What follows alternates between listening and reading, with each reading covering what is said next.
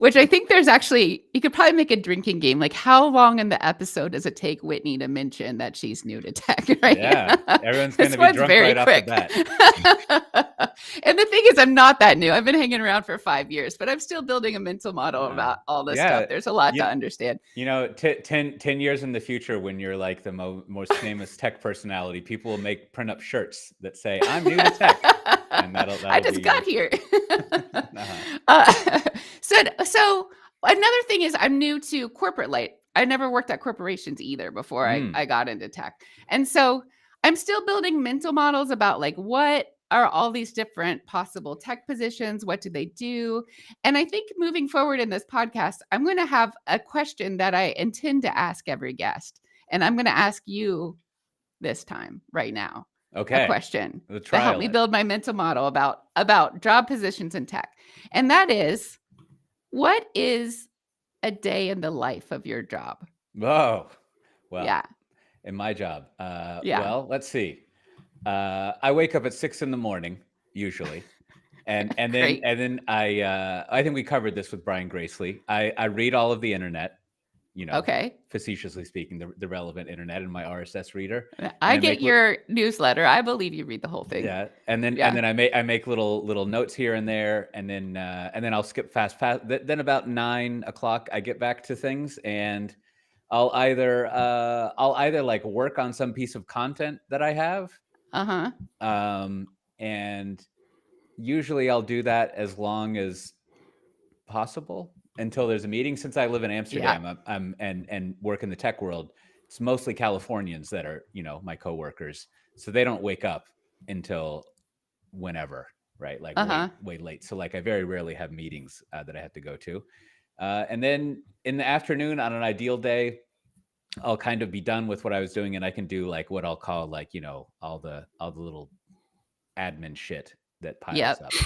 You've I, got you've got like, someone wants to reschedule a meeting, or I do, and like, I don't know, I got to file expenses, got to do this, yep. do some Yeah. compliance thing, or I might need to like get a haircut, or like whatever. And so hopefully in the afternoon I have that, and then around like 5 to 6, you know, I've got 3 kids and a wife and a dog, and then just there's like a hurricane, and then Do that's you it. work for 12 hours a day? Did I say 12 hours? Oh, Well, you well, said you got up at 6 a.m., I but you I I implied that you started at 6 a.m. I got up at 6. I get up at 6, and then basically I stop working. I stop all that at 7:30 and go do all the school routine thing. Okay. And I don't know, I only recently count that time as working time because I realized, It's like, I got to keep up with stuff. It's fuzzy. As someone who's on camera all the time, I mean, maybe a haircut counts as work. You gotta Yeah, look yeah. nice. But then also, like, I might be traveling, and sometimes I have meetings where I don't have content to work on. So, there's whatever you call that stuff where you're like, there's always internal meetings where you're like strategizing, doing that kind of stuff. And then Uh-huh. there's that other work activity, which is like figuring out what you should be doing, and planning it out. Like that comes up a lot Yeah. too. Yeah. And But then I I think there's it probably a significant portion of each day you could call research. Like we have a guest here, and I uh-huh. was I was looking up stuff about them, and then listening to a talk. Now, if you think about that in the kind of corporate environment I work in, there's all sorts of internal stuff to keep up with and research, and I gotta be like, what's our strategy, right? Like, what's up with this customer I'm going to meet with tomorrow, and all that kind of stuff. So that helps give me a picture of your life, a day in the life of a DevRel, which I was Mm, kind of familiar with, honestly, but I like sure. hearing your version of it very much. Oh no, our guest keeps popping in and out of our broadcast room. I was about to introduce him, but he left. He's So he's remembering admin shit he's got to do. that's what I was going to say. I identify very much with the admin shit. Um, and I try to time box my admin shit because I don't, because you can easily give your whole day to it if you're not It's careful. true. Yeah. That's what I've learned is, back in the late 2000s, 2010s, the getting things done, the GTD craze, and then later on, like, one of the main lessons I learned from that is, like, you've got to figure out the rhythm of your day. And the rhythm of Mm-hmm. my day is like I can only be creative in the morning until I Yep. kind of like burn it out. And if I'm creative by filing expenses, that counts as being creative. And then I can't be Yep. creative in the afternoon. I'll just have really cool business justifications in my expenses, but then I won't be able to do anything in the afternoon. So I got to actually create stuff in the morning. So, Marino, welcome. Please tell us Hello. about yourself. Tell us your job title and tell me a day in the life of Marino. So before I do that, I have to apologize. I didn't realize that when I did attach my YouTube and my Twitch, that it would actually go live. So we Oh, are we're live on. streaming live. Awesome. Hello, We're live streaming. viewers.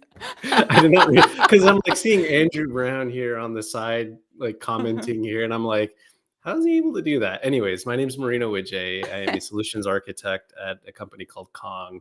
And we focus in on like service mesh and API gateways and AI stuff and whatnot. And I'm also a Canadian. So I live up here in just outside of Toronto. And I'm deeply entrenched in the cloud native ecosystem, working with tools like Kubernetes and Hotel and Service Mesh and other things too. But also, I love community. So anytime someone comes up to me and says, "Hey, can you be a part of this?" Yes, absolutely, yes. That's awesome. And I think that's a great job. That's who you are to me. That like outside of any job title, you're just like a pillar of the community. If that I could be a appreciate job that. title, I would give you a job title. So what's your job title? Your official job title? So I'm a staff solutions architect, and what I do is about like 60% of managing expectations and managing people. Like it's really strange that I get into conversations and we probably spend 25 minutes of that 30-minute call, deciding what we actually need to do, and then that 5 minutes of actually doing something. But then the other 40% is about technical work. But a day in the life is usually I'll wake up in the morning at around like 5:30, go make some coffee, make some for my wife, and then I'll just like chill out because that's my quiet period, my time to Mhm. actually maybe think about the day, reflect on what's actually going to happen, or maybe internally freak out a little bit because this might be a very long day, and I'll feel a little anxious. But I'll get my kid ready, take him to school because I've got a little 4-year-old who heads out to school now, which is kind of cool, and I get the time to myself to actually do stuff. And then when I get back to the office, um, I usually have my first meeting. Like it's probably around like 9:30 when it kicks off, and it's usually a stand up, which is Mhm. interesting because doing stand-ups is something I haven't done in a long time. And getting back into this professional services world, you do a lot of that, right? And sometimes I'll Mhm. have morning stand-ups, sometimes I'll have like evening stand-ups or late afternoon stand-ups. And it's really about status. Like, what are we doing? Where are we at? In my professional services role, I work with one big client, and we pretty much do anything and everything they ask us to do in a good sense, right? It means that sometimes I have to dig deep into something very historical that I used to work on and find relevancy to today's technology, and then bring that story to them and say, here's how we can do this or how we can solve this. Other times I'm there building configurations or pipelines for them to be able to onboard like APIs. But then the greater task is ultimately getting them to production.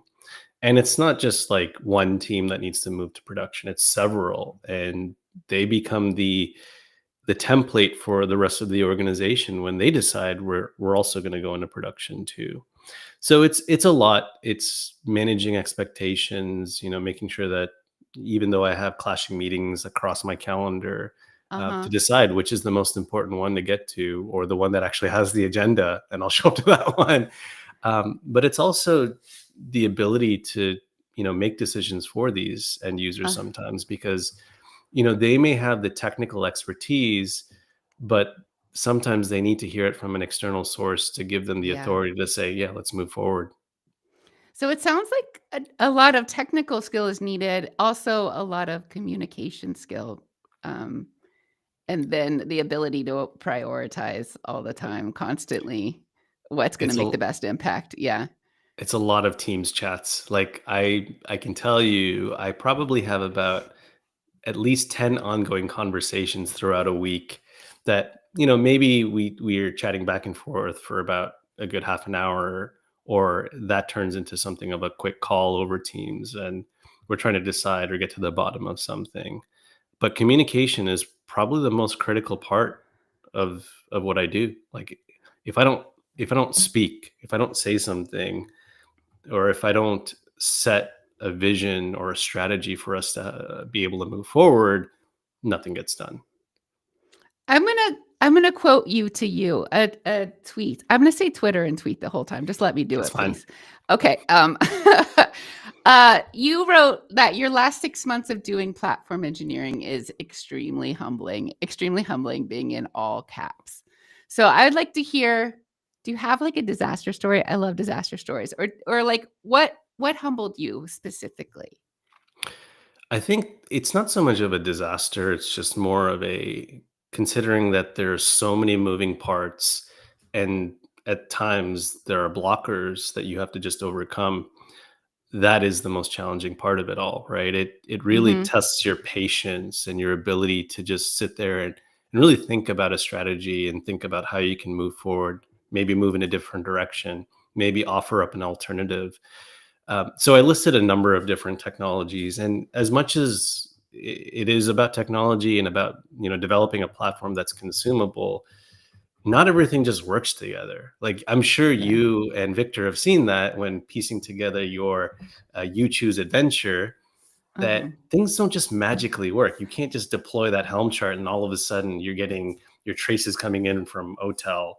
It's a lot more than that. And sometimes it might be due to some limitations on a technology. It might be because there are bugs. It might be because the organization hasn't even thought about it. Sometimes it might be another team that comes in and says, nope, you can't do that because you have to implement search or So something. it's humbling because of all the times you thought, "Oh, this will be fine." Like, get this done in a day, and then, like, 2 weeks later, you're like, "Oh, Yeah. FML." Documentation, as much as we need to RTFM, like, is not always accurate, and you find that out really quickly when you're live in action. Sometimes I'll sit there and I'll pull an example config from somewhere, and we're assuming that it works, but then it doesn't work. And then I'm Uh-huh. like scratching my head a little bit, like, why isn't this working? And I'm off to the side here, pinging some folks in engineering. Hey, this doesn't work. What the hell am I doing wrong, or something of that nature? But it's also admitting, like, you're not always right. Like, there's a Yeah. subtle, I'm not correct about this. I need to go back, and I don't know all the answers, but I got to dig and find out and come back to you.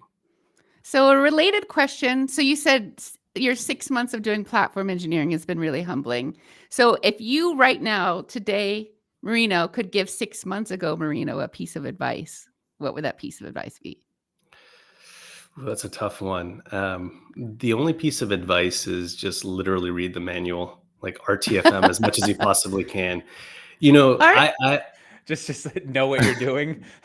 you can't, yeah, you can, like I know what I'm doing for the most part. Actually, I really don't sometimes, and you have to lean on people. Like you have to lean on others, get their perspective, because the journey that I'm on, like especially with the one client I'm working with, is not just about I know all the ins and outs and I know the way to the end, or like to the light of the end of the tunnel, right? It's also about consulting with your peers, because they might have seen something very different and they might have given you a better insight if you just have asked them, instead of you know being very Um, brave and just jumping into it. And sometimes, like, you also have to be a little bit more, I don't know what the word is. You have to be willing to say, no, it's not going to work, or no, we cannot do this way. Because I'm always used to saying yes, and always used to finding an answer, but sometimes there isn't an answer. And it's not because there isn't an answer at all. It's just there isn't an answer right now, and you have to navigate that. So give us a sense of, I mean, obviously generalize and anonymize, but what are these things you're building or doing? Like what is the work?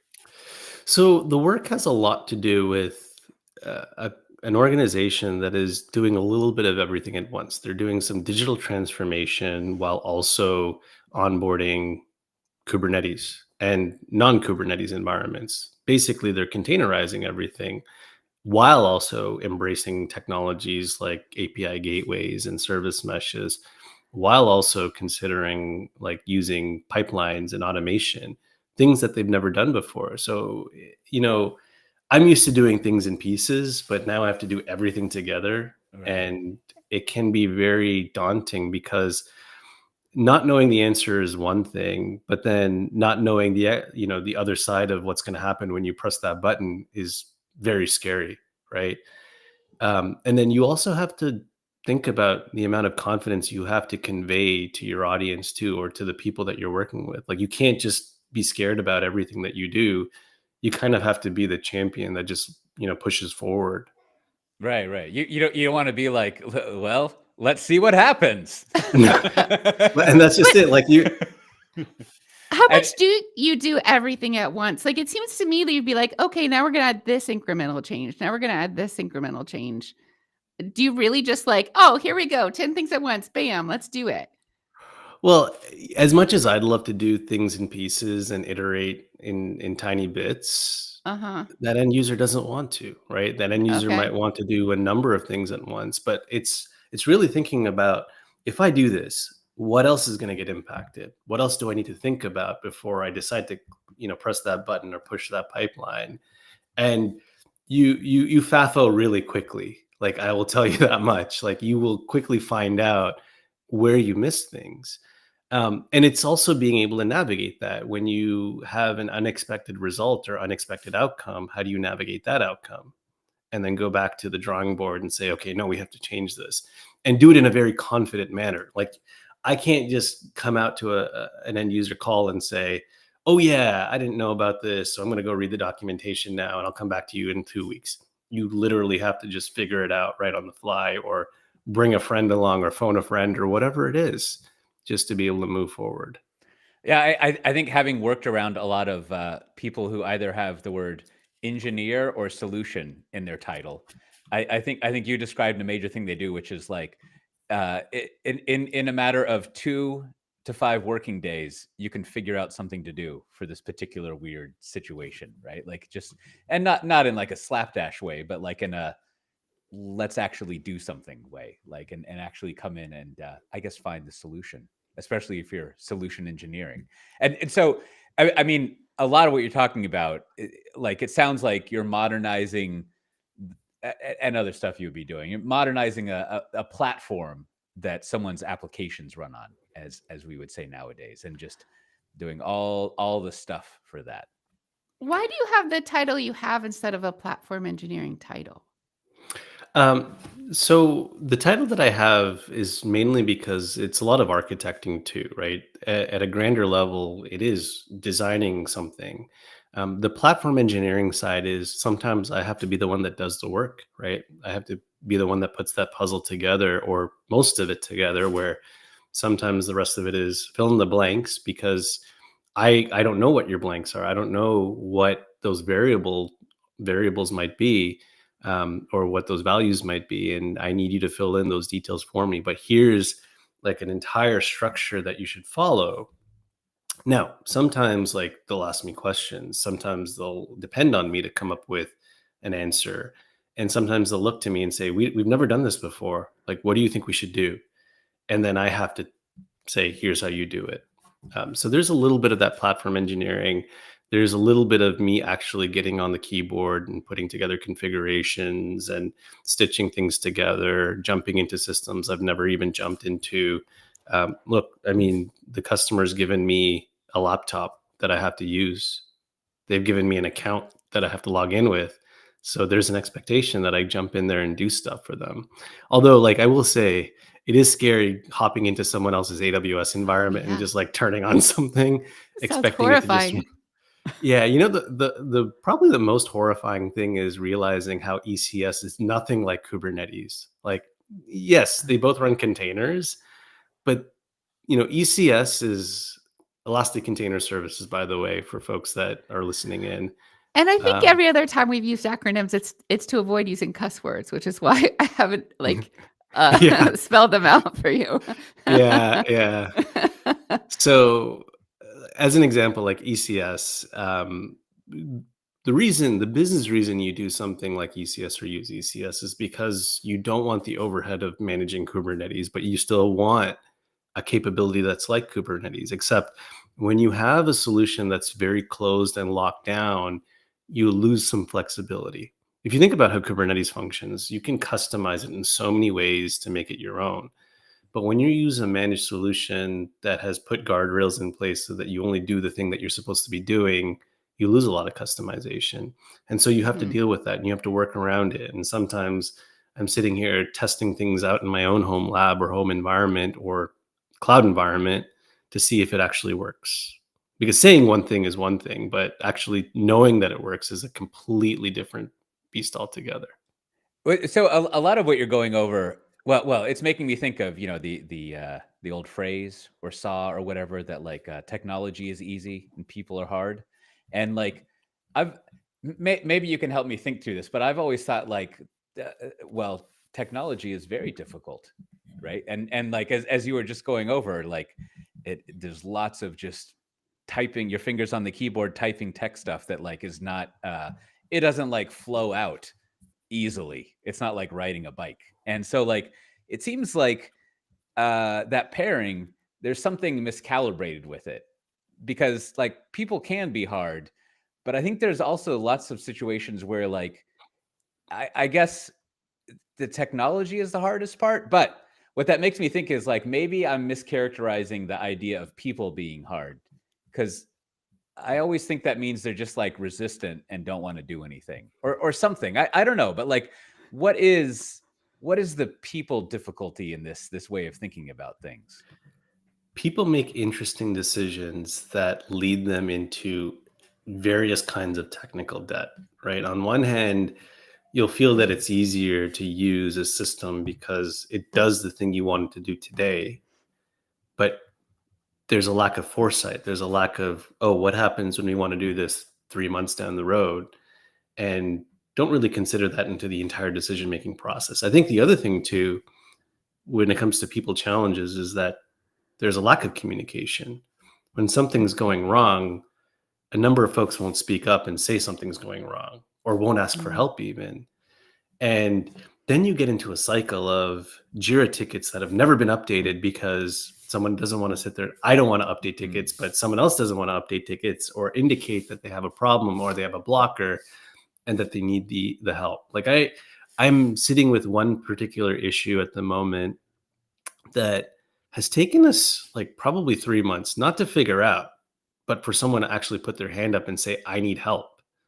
Ah. And when you encounter something like that, it's less about the person and it's more about what was broken in the process to begin with. Why did we even let this happen? And why didn't we get them the support they needed 3 months ago so that they can move forward? Or But have it an environment where they feel safe saying they don't know. that Yeah. too, right? Mhm. And it takes a little bit of being in this game for quite a while to be able to put up your hand and say no, I don't know. But there's also, like you said, the psychological safety aspect of it. Can I safely say that I don't know something without getting yelled at or being told that I should know this? Because that's something that I've experienced in my early on in my career. And it's really hard to go to someone and say, you like, for me to say that to someone, because I've been there. I know what it feels like when someone tells you you should know this or you should know Uh, something or you should have a solid understanding of it before coming into this. No, we're all here to learn. We're all here to just make mistakes at the same time. At the end of the day, it's just technology, right? Life is way more important. We're just here to pay the bills and move on with our lives and get to that point where we can retire early. um, but there is that nature of folks that just won't speak up because they're afraid. So do you think like uh that maybe the people side of things, one view of it from like maybe all the way back to like extreme programming and agile, and I don't know what happened in the late 2000s before DevOps, and then DevOps stuff and SRE and now platform engineering. There's always a side of transformation that's like you've got to change your organization and the way that you work and think. And I've never solutioned, but I go and talk with people. And it seems like changing your organization and people around is a very unrealistic expectation. for any technology, right? So like probably in platform engineering nowadays, it's kind of miraculous if you can just get a platform team instead of like some funky matrix situation where you've got various people doing things. And so like, I don't know, in your experience, like, is it reasonable to like, not only you're changing like the technology systems, the tech, but you're also like modernizing the human system of how things are going? I mean, does that actually happen? Or like, what's the rate of that occurring? So it's going to entirely depend on the size of that organization. For a very, very large organization, it's a lot harder to identify this, know where those gaps are, know who actually needs help and needs the ability to level up or needs some training to have some level of growth, unless you actually speak up, right? But here's the other thing: you have a bunch of project managers that are running around asking for status all the time, and then chewing up calendar time because they want to know the status. Meanwhile, you could be using that time to learn, to level up on your own, to effectively accomplish a goal or move past something. And it usually happens when everyone wants to move very quickly, but not together. Mm. When everyone's moving Ah. like individually quickly, it actually creates a lot of chaos. And that's where you start to see, internal teams not move forward, not complete projects on time, only because one particular engineer might be moving so quickly, but isn't, communicating where they are at. There's another engineer that is very communicative, but doesn't move as quickly enough. And then you have a lot of like project mismanagement or project management going on behind the scenes that they don't even understand where the project sits at times. So having some external entities come in, have an outside view, and then come in and provide a more guided approach to how we can accomplish something is usually often very helpful. Because That's- sometimes, as large as, like, I've worked in an organization like Dell, and there are redundant teams out there. Like, there are teams out there where they're doing one thing, and there's another team somewhere out here off to the side doing the exact same thing, but they're not talking to each other. They're not collaborating. Mm. When you're doing your solutioning, do you come into situations where you're like, hey, y'all, what you need is not a tool or a technology. What you need is a culture change. Have you been in that position, or is that, even if you did see that was a thing, is that something you can say and act on? Yeah, it absolutely is. And I've done that a number of times.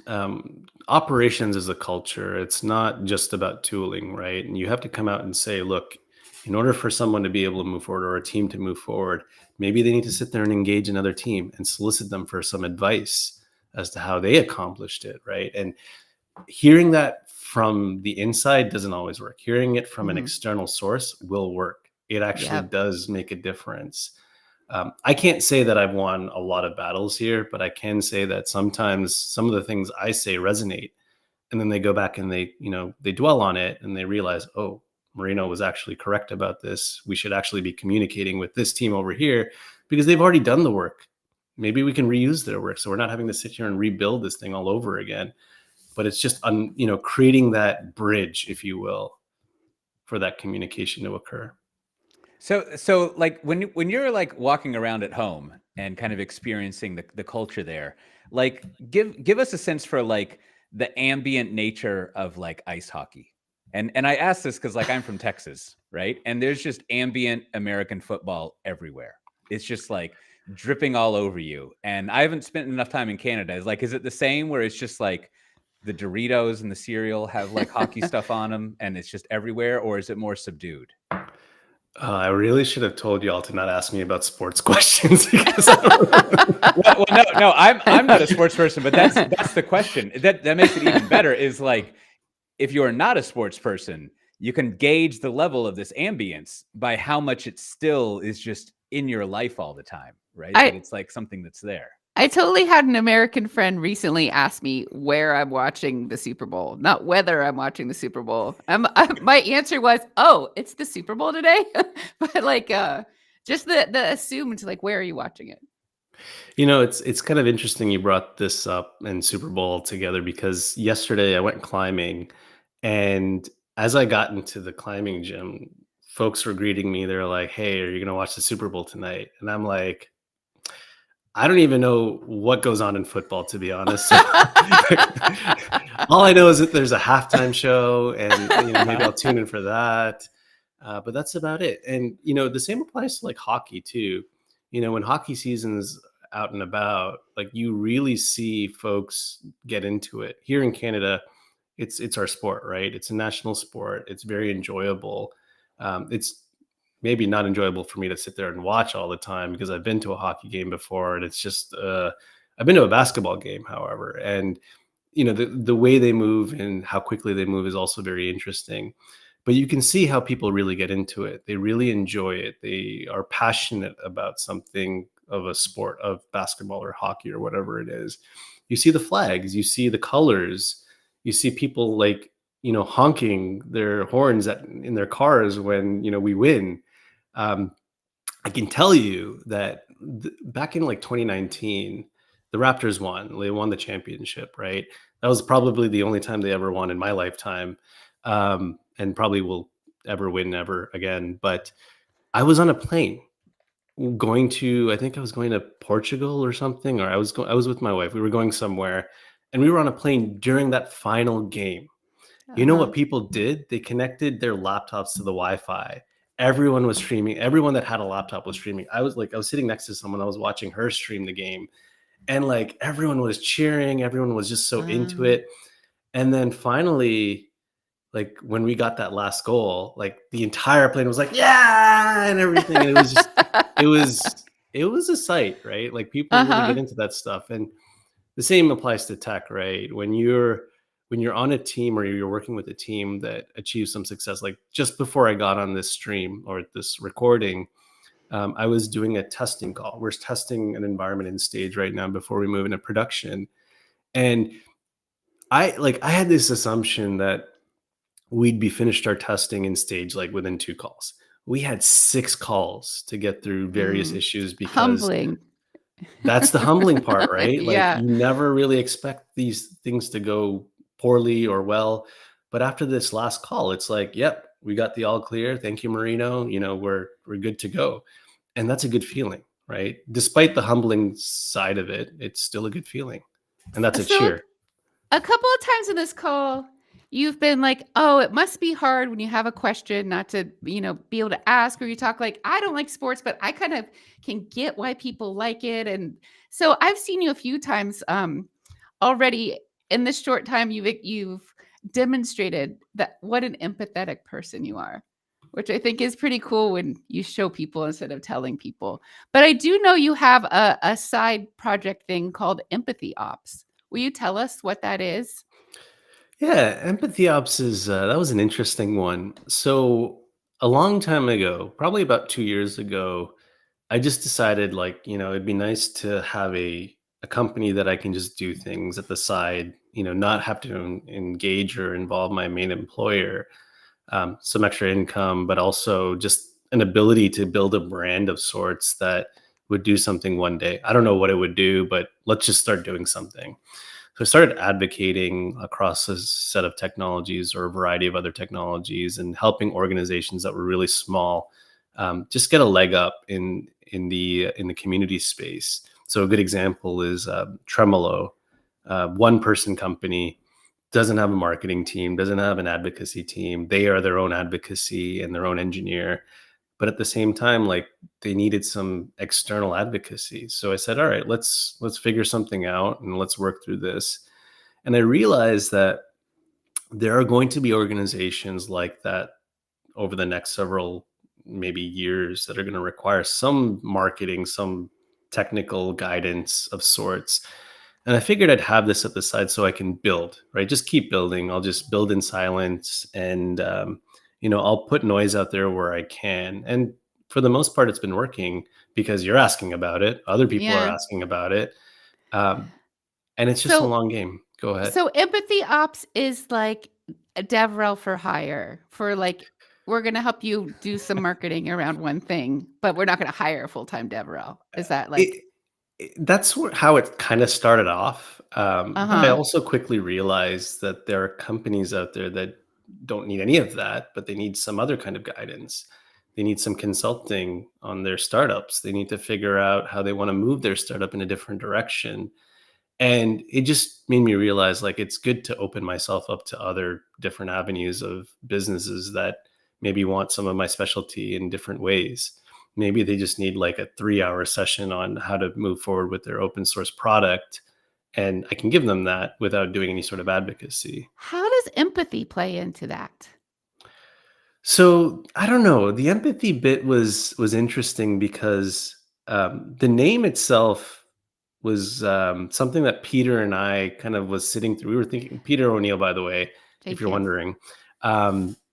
A long time ago when I started this initiative, he was the one actually came up with the name, and I said, okay, we'll run with it because it was actually in my my Twitter bio. Which was at the time DevRel equals empathy ops, which actually it's supposed to be. When you're in that developer relations role, it's not just about building content and being out there, but it's also building strong relationships with the community and understanding their own pains. That is empathy, right? Understanding how, what would it take to better their lives somehow or improve upon it. So we just kind of came up with the idea of empathy ops. But the empathy bit is just really about, making sure that we understand what people go through. We understand what people need and how they can move forward and give them that, right? Just effectively give them that. What are the trade-offs for getting just a splash of DevRel versus having a full-time DevRel for your organization? So I think if you think about an organization, they think in accounting, right? This is just my personal opinion.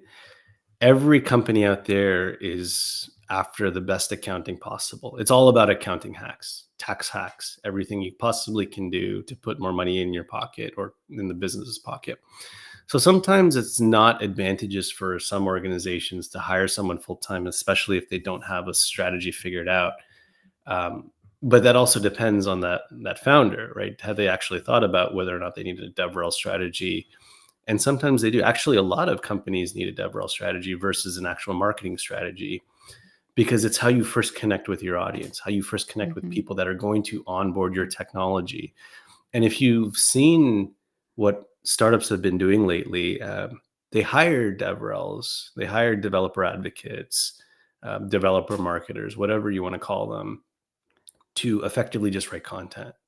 That's not the strategy. Content is an activity of that strategy. But what the real strategy is, how do we ensure that the most amount of people use our technology or use our practices or whatever it might be, but we also maintain those strong relationships with them? And a lot of companies haven't figured that out, to be honest. So they'll hire and fire and retry the strategy all over again, where they think they might find the right one. But it really comes back to them, like the leadership team, the exec team that decides or needs to decide how to best utilize that resource. Because I feel like if you are a developer advocate, you are very multifaceted. You could do a lot of different things. Like it's not just building content. You could build content while developing very good technical artifacts, while also solving problems for end users, while also solution architecting and solution engineering, while also writing code and adding to the actual application itself or the code base. There's so many things that they can do, and they're the best communicators out there. So like I mentioned, I watched one of your recent talks about networking in Kubernetes, which of course, How recent was that? I think it was from how do you say it? Civo Europe thing. So it might be like a year or so old. Yeah, there you go. And I think it was Carl Sagan who said, like, if you want to bake a pie first, you have to invent the universe. It might be misattributed to him, but you did a good job in an hour of like, we got to go all the way back to the stack. And I'll have to find the longer version of as you pointed out several times. But it reminded me of like, I mean, I was an application developer growing up, so to speak. So I was way up in that level 7 or whatever.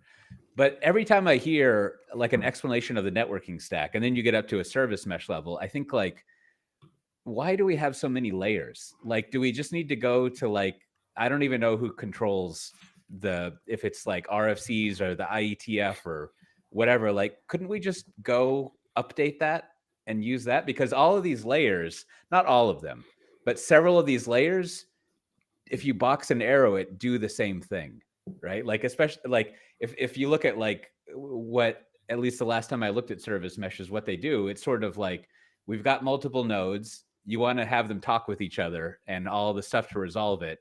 And then you want to secure it and all this stuff. And that's what it does. And then like, if you go down the layer, that's also what it does. And then, there's like subnets and all that kind of nonsense, but it's kind of like, well, why do we need to keep layering stuff on top and on top and on top instead of just enhancing the layer that's below? Before you answer that, I want to put out a hypothesis and have you confirm or deny. So like every time a new layer, like the lower levels of open OSI models are like actual physical things like wires and actual machines. And then the more layers of abstraction you build on top of computers, like virtual computers, Kubernetes, pods, each one of those layers needs its own way of connecting with other things on that layer. And that's how you end up with so many networking layers in my mind. But now I would like to hear Marino's very professional opinion instead of me making stuff up. So you both work for VMware, right? At some point? Yep. Okay. All right. Yeah. Okay. So have at some point, yes. So are you all familiar with the technology NSX?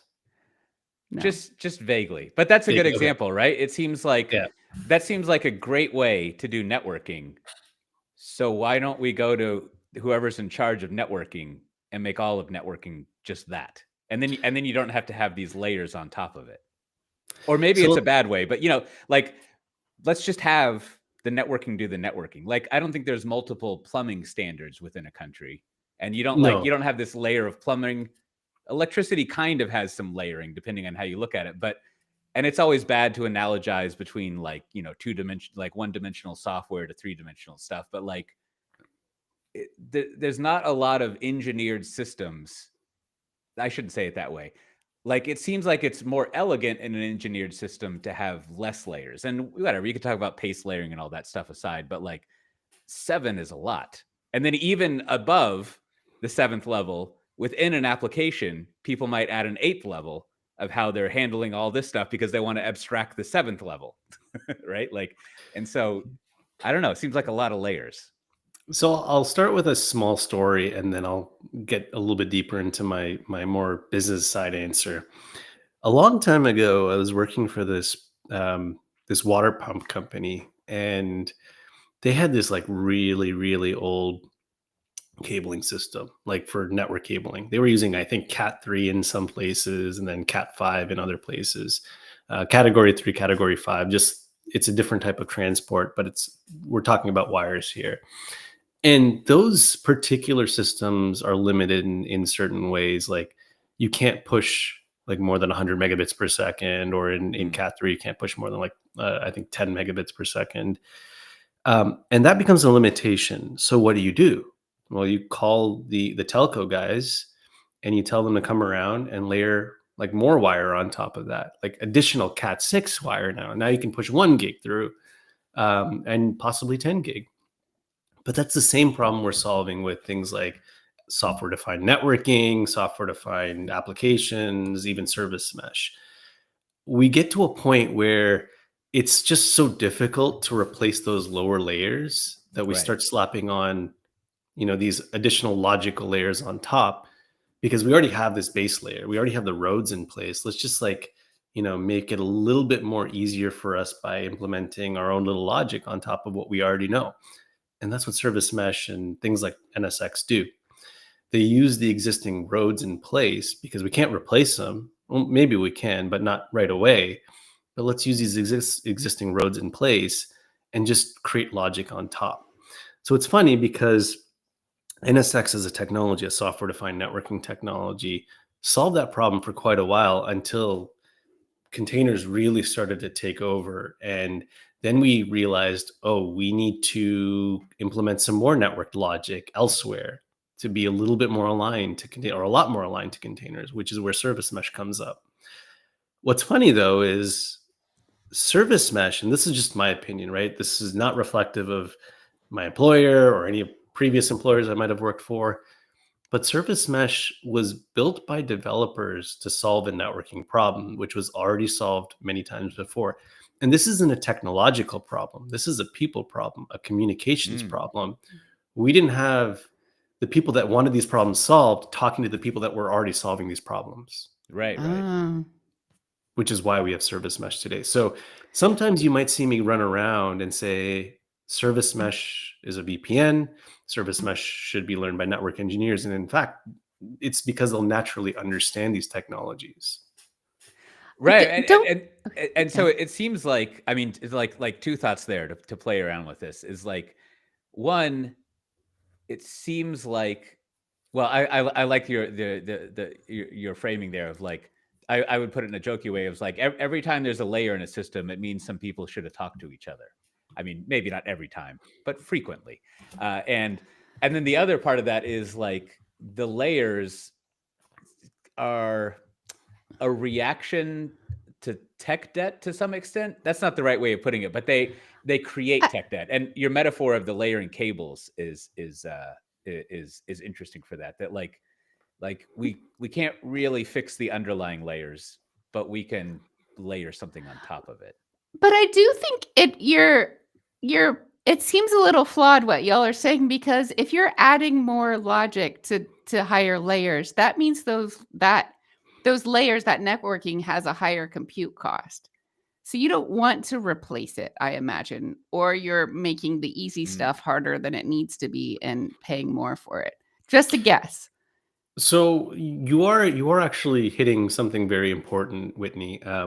Something that is actually going on, and this still goes on, is the reason we put those abstractions and layers on top is so that we buy ourselves enough time to go and address that technical debt. Mm. Mhm. Now, a perfect example of this is you decide you want to slap on service mesh into your infrastructure, and it solves a lot of your microservices challenges. But then that gives you the ability to go back to your infrastructure layer and say, I'm going to upgrade these Kubernetes clusters to something later, which also means you might be getting off of very aged, older servers, which might be running on like really old gear or really old hardware. So, Mhm. in some ways, yeah, we're slapping more abstractions on top, but we're really just buying ourselves time to be able to make some decisions around how we want to handle the existing technical debt that we built.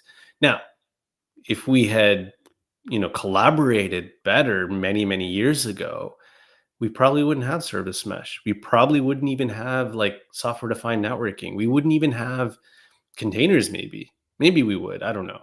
But I really think that that collaboration bit is, and the lack thereof, is why we are here today, why we have service mesh. How can we collaborate better moving forward? That's a hard one, right? Because there's not enough time in the world to be able to sit there and collaborate across every single technical decision before we get to technical debt. Maybe we might be able to address some of it. And in fact, like the more opportunities we have to break down those silos, like the example I gave about how one team was already able to solve this problem and another team can solve it without having to reinvent the wheel all over again, is how you break down silos, right? But you actually need champions out there who understand multiple worlds. You need people that know all of these things. You need a developer who understands networking really well, who also understands like infrastructure and the way we build things really well, to come in and speak up. But then that's not always possible.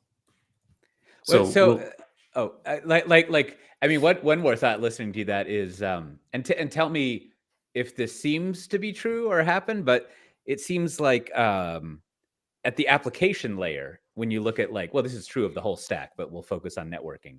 At the application layer, the way that you architect your applications and what you want them to do can sometimes leak downward into the stack. And basically, like kind of like you were pointing out with containers and the way application developers want to think about networking, it sort of like breaks the layers. Like the layers like don't do that. And then so because they want to operate that way, someone has to come in and add this other layer instead of stripping out the wires and metaphorically and literally speaking. so you're actually touching on something very important. Um, It's because we're impatient. We don't want to wait. We don't want to wait to go talk to our network engineers or our server buddies and say, "Can you do this for me?" We just want to do it ourselves. And that's also another reason why we're here, right? But I, we're not the individuals that are impatient. It's just we have decision makers up top that are asking us mhm. for status. I think people can get a bigger sense of importance from building something new than they can from That too. collaborating with someone else and making something old Mm. that's better, improving. Yeah, I don't know how to fix that problem. That's just some human nature stuff. We need to add a layer on top of it and worry about fixing it later. I'm going to change the subject, Reno, and ask you something. I don't know if this is going to feel personal, but I've always wondered. So you're like a Twitter person, and over the years have like amassed quite a big following, and it's been a part of how you express yourself and who you are. So I've always wanted to ask someone in recent months, I've wanted to ask someone who has a big, nice Twitter following how it feels that everyone's moving over to Blue Sky. It feels good. I'm actually happy It that does. it's happening. I am at the point where I'm almost ready to abandon my Twitter. The thing Yeah. is, I feel like there are still so many people that need convincing to come over to the blue skies, right? And come hang out there because it's peaceful. It's a little less in your face, and people aren't always argumentative over on the Mm. blue skies. But at the same time, other people feel like, no, this is the place to be. So, About I Twitter, yeah, about and X or whatever. Yeah. Okay. yeah, and I'll be honest, like it's going to take me a lot longer to do that migration. Eventually, I'll be off that platform. I don't know when that is, but I have thought about it. Like I've thought about, hey, I'm gonna, abandon those 19,000 followers that I have, and maybe start rebuilding again, and that's okay, right? Like eventually, when I stop showing up to that platform, others might stop showing up to that platform and may show up in the blue skies again, and that's okay too, right? Like it's a long game. There's no rush to kind of do anything to increase my followership. um, I think if people really wanted to get in touch with me, they would know how to get in touch with me. The other thing too is like I also feel like a good chunk of those followers that I have over on Twitter are like bots or something, because I can't, like, Mm. half of them don't even interact with me. They Yeah. just follow me, and I don't understand Oh. why. Oh, I can So, relate to that. I'm a total lurker on those platforms. I don't. like, They're just a lurking bunch of is, people with my personality. Yeah. but it's kind of interesting how, like, yeah, lurking is completely fine. But I also can't identify people at times because they don't have a profile picture that I can recognize in Oh. person if I've ever was at a conference. Like, I'll give you a good example. I'll call it Jabril, because his profile, you would never know like who he was. And one day when I was at my previous employer's booth at KubeCon, this guy comes up to me and he's like, "Hey, Marino, it's nice to finally meet you." And I have like no idea who this person is until he finally shows me his Twitter profile. And I'm like, "Oh, that's who you are." Yeah. But you're not recognizable, right? And so, like, I encourage people to always use their profile picture where they can, unless they're uncomfortable. That's totally different. But Mm. it just makes you much more identifiable and recognizable, because now I know who I'm connecting with or who's been interacting with me or conversing with me over the platform. There are people out there that have amassed a massive following but don't have their picture up there, which is Yeah. also Mhm. quite strange to me too, because do you want to remain anonymous in person? I get that. I understand that. But you've built a voice, a very strong voice out there, especially if it's a really good one. I mean, people should have that opportunity to connect with you in real life as well.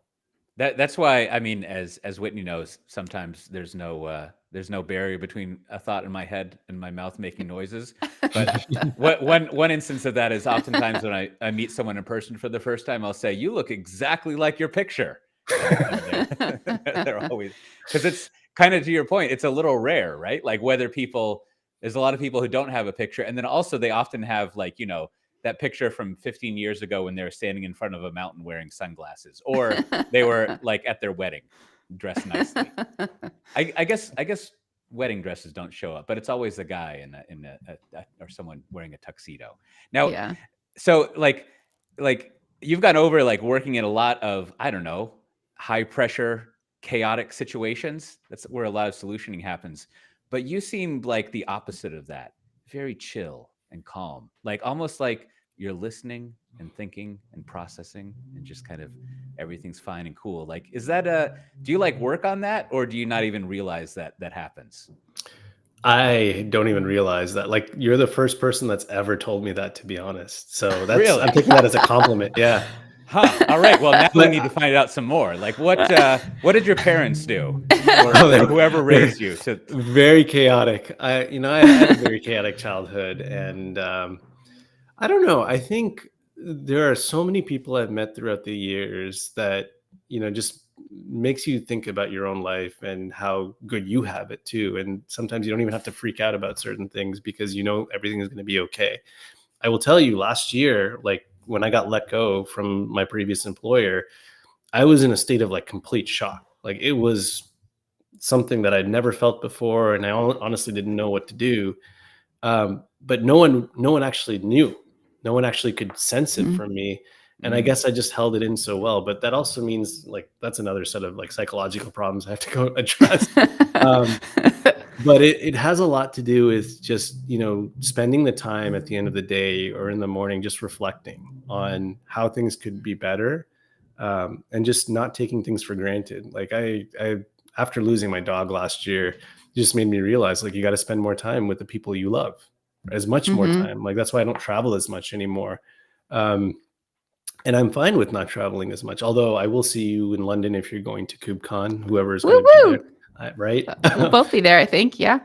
And that's just one of the things that I look forward to now. Like, if I can maximize the experience by minimizing it and create more of a wanted feeling, like, okay, I'm going to want this more because I do less of it, right? Mhm. That also helps me feel a little bit more grounded. And realizing, like, there are only so many things you can control in your life is probably Yeah. part of it too. The Well, more so- bad stuff that happens to me in life, the more I trust that it's going to pass and peace will come again. You've trained yourself, so to speak. Uh, Or not trained yourself, but have been trained. And so Yes. maybe this is the little follow-up question here, maybe for both of you, is like you're saying, in the morning you take some time to reflect, all of that stuff. I'm not being dismissive, just concise. And I've been told, and one is told often, you should like have like figure out things that you have gratitude for. Maybe Mhm. it's a little like cheesy, like a little Adobe Express template about 5 ways to have a gratitude journal or whatever. But like, I haven't really understood in my mind how that connects to life being cooler, right? Like because I can rationally like go through things that have things that are great and things that I'm grateful for, but I don't quite like I don't understand, are there like some chemicals released and then I'm cooler, or does it like play with my rational mind? Like, what's going on with that I that it have would work? so there are 3 layers to a moment. There's like what's actually happening. There's the way you perceive what's happening. And then there's the story you tell about what's happening. And so the Mhm. more you practice gratitude, or the more you've been through trauma, or both, like the more that you can control your reaction and the story. And then that and in that way you can keep your peace at the I see. center. So you're sort of massaging your memory and thus perception of what happened, and then maybe what is ongoing happening. So you're kind of like hacking your brain to like think in a way that's better. Well, Yeah, that yeah. aligns better with what you want things to be. You can fall and scrape your elbow and you can be really mad about it and you can dig in on how painful it is and let it ruin your day, or you could like, immediately just be like, oh, that was no big deal, like so much worse stuff has happened and I've survived it, it's fine. Right. So maybe in that model, well, one, like you're saying, the gratitude thing, it's changing and layering things, but also there's a certain extent of it's just like the that's what you got on the table, and there's not room for the other stuff. Like that, you've got that in your Yeah. head, and it kind of weeds out the other things. What would you like to add, Marino? I will say having a 4-year-old is probably the most effective way to humble yourself and realize how grateful you are for other things. I can say that, like, when you start to see yourself outside of yourself as a 4-year-old running around doing all the chaotic things you possibly can, everything else is just whatever. Like truthfully, everything else is very much whatever.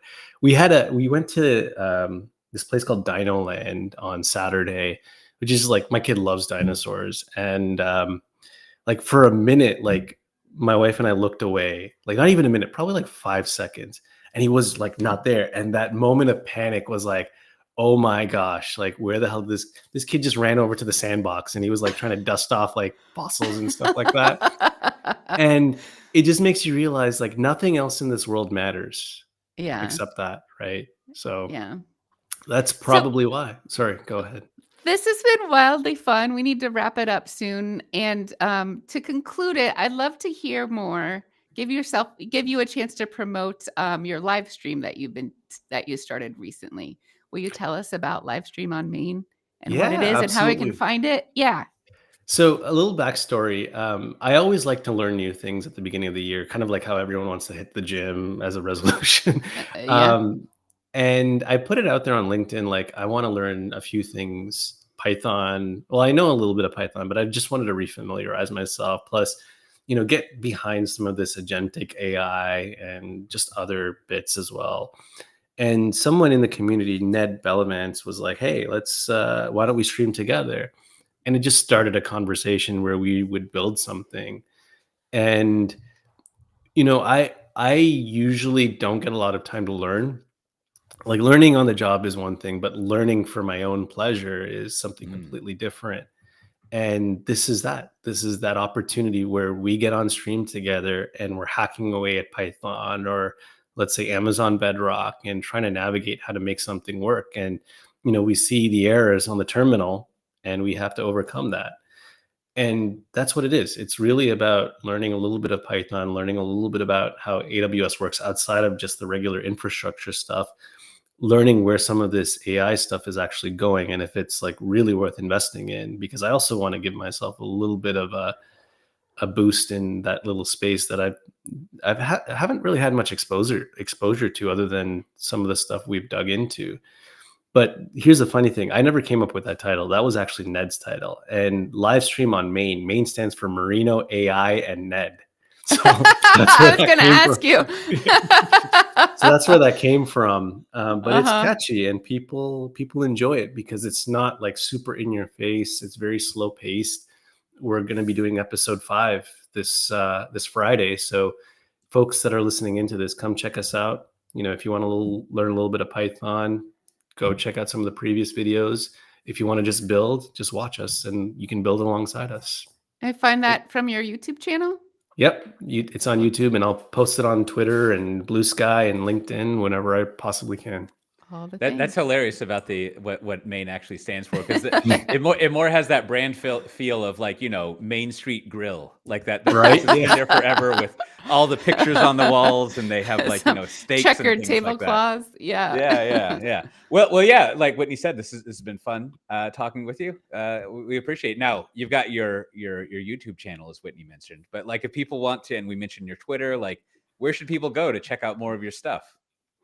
So I've been trying to cross-post across all my platforms. So if you want to find me on Twitter, you can go look up my handle, virtualize6 with the number 6, or you can find me on LinkedIn. Like just use my full name and you'll find me there, and I'll be posting very similar stuff there as well. I've been trying to actively do a lot more of the technical stuff on LinkedIn because it seems to resonate with that audience a lot better. Only because people actually engage and, they actually care. On LinkedIn, it's just on Twitter, it's kind of hidden by some of the other noise that's out there at the moment. So I try to diversify, but LinkedIn's probably the best place if you want to connect with me or, have a conversation or something. I was reading this morning when I was reading the internet that like LinkedIn did something like $16 billion last year, which, and I guess that's like you're saying, that's where all the Twitter engagement went. I mean, it didn't go there, but like there's something over there. I think if you were to do the Venn diagram now of all the social networks, what people have in common, LinkedIn's at the middle, which is like, I don't think anyone would have predicted that the resume hosting site would be, where you'd go to learn about configuring networking or whatever. It's Yeah. right. Well, speaking about things you would never think of, this has been another episode of Software Defined Interviews. I should have mentioned this at the beginning. But you know, when I came up with this name long ago, it's when software-defined networking was like the big craze. And I was always running around talking to people 10 years ago being like, what is this? And I don't know if I ever got an answer, but I made a jokey podcast name about it. So And here we are. That's right. This has been episode 94. So if you want to get the show notes, things that we mentioned, you can go to softwaredefinedinterviews.com/94. And there's also a Slack channel that you can go to. If you go to softwaredefinedinterviews.com, you can find it. And as Whitney and I like to say, if you want to hang out with nerds, all nerd talk all the time. That's what happens in that Slack channel. And with that, we'll see you later, nerds and not nerds. Bye. Thanks, everyone.